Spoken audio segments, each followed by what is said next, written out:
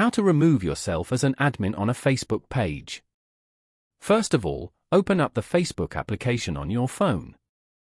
You will then be brought to the Facebook homepage where you can view pages and friends' posts. On this page, go to the bottom panel and tap on Menu. Now, tap on the arrow down button beside your profile name to choose another account if you want to switch. Once you have switched, go to the bottom and tap on Menu.